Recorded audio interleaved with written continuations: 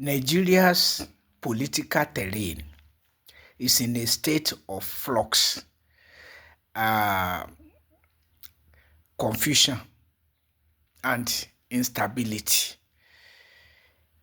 In the first instance, let us think of the ADC, the political party of Nigeria's coalition, preparatory to the 2027 presidential, let's say general elections, because it's not just about the presidential but the general elections, presidential, gubernatorial, and the legislative.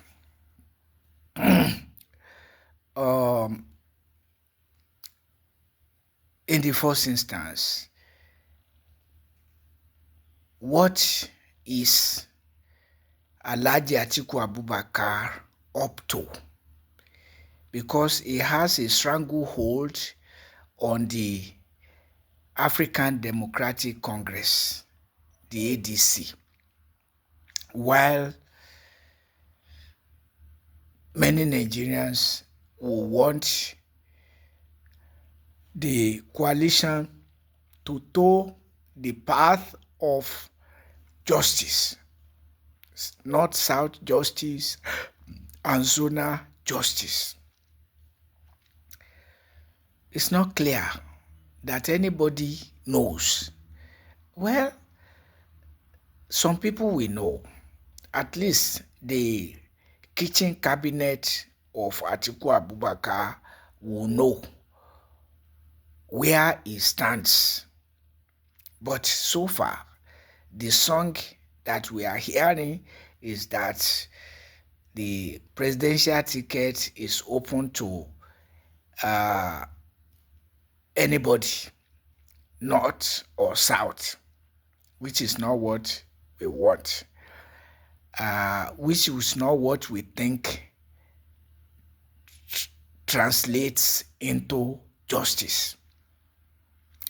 North, south, or zona, or that other southerners from the southwest and south-south are also gunning for the presidential ticket of the ADC beyond Peter Obi, who is from the southeast and represents north, south, and zonal justice. So, I don't know if anybody is certain what will happen in that respect.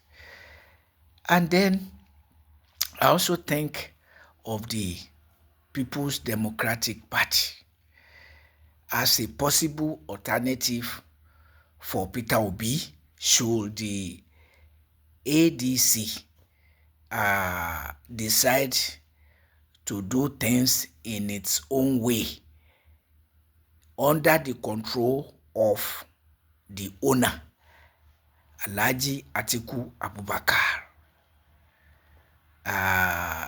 But if we look at the PDP, again, who can tell us with certainty what remains of the PDP? It's not possible to say. That one I can say for sure that it's not possible for anybody to say in definitive terms the current status of the PDP. What remains of the PDP? In the sense that several of its governors have decamped into the APC, including many legislators from states that are ruled by the PDP.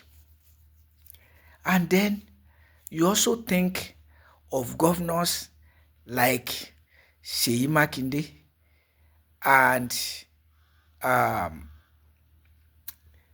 Ademola Adeleke remaining as PDP governors while declaring unflinching support for the re-election of Bola Ahmed Tinubu. So, but, and you never know how many PDP chieftains are waiting for the right time to the camp, bidding their time.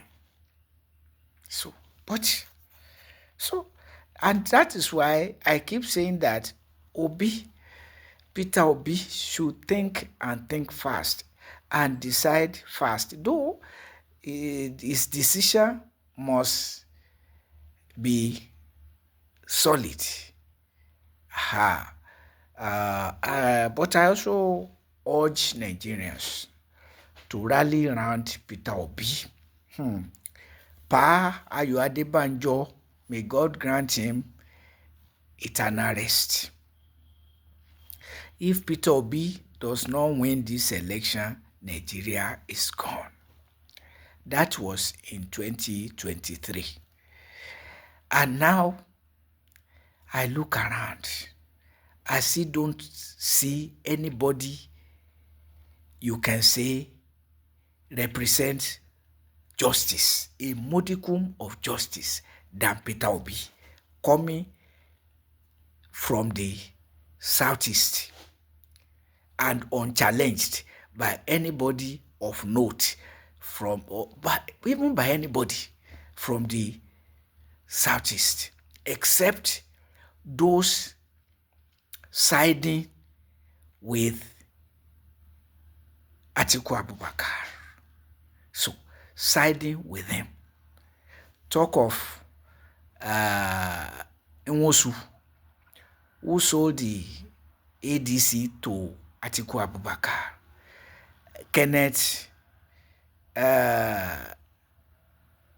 Kenneth Nwankwo, who dumped Peter Obi for Atiku Abubakar in what appears to be the highest bidder. So, the likes of Dele Momodu have also left the camp from the PDP into the ADC. Another staunch supporter of Atiku Abubakar, even though we don't know the price. So, where do we go from here? Stay with the APC that has been retrogressing Nigeria since 2015 till date without any indication of positive change. Other than trying to play game and to use money to buy support,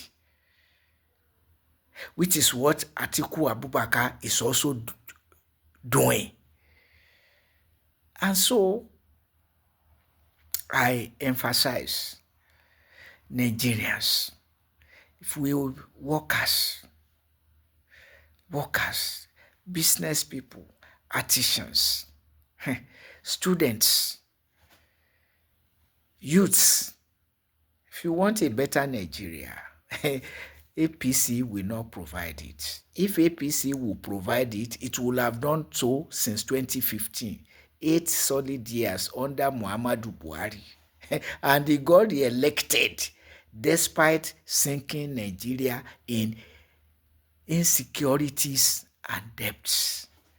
And Bola Ahmed Tinubu has only worsened the situation, removing subsidies from all basic necessities of life, paying workers pittance, and claiming to be transferring funds to indigent households, plus higher debts than those who did not remove all subsidies. So It's a matter of being reasonable and being proactive to rally around Peter Obi. So those of you who are in control of political parties, help us to rally around Peter Obi. You know the masses of the people are ready to support him as in 2023. But with the ADC under the clutch of Atiku Abubakar, in the pocket of Atiku Abubakar, he initiated the coalition. He single-handedly bought the ADC.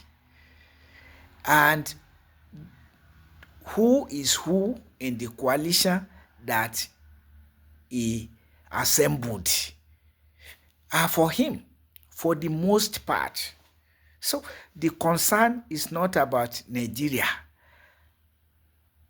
or justice, but that Atiku Abubakar is desperate to be Nigeria's president, as desperate as Muhammadu Buhari and Bola Ahmed Tinubu, and also as Goodluck Ebele Azikiwe Jonathan, who saw nothing wrong in ditching the northwest of Umaru Musa Yar'Adua, but he must become Nigeria's president by all means.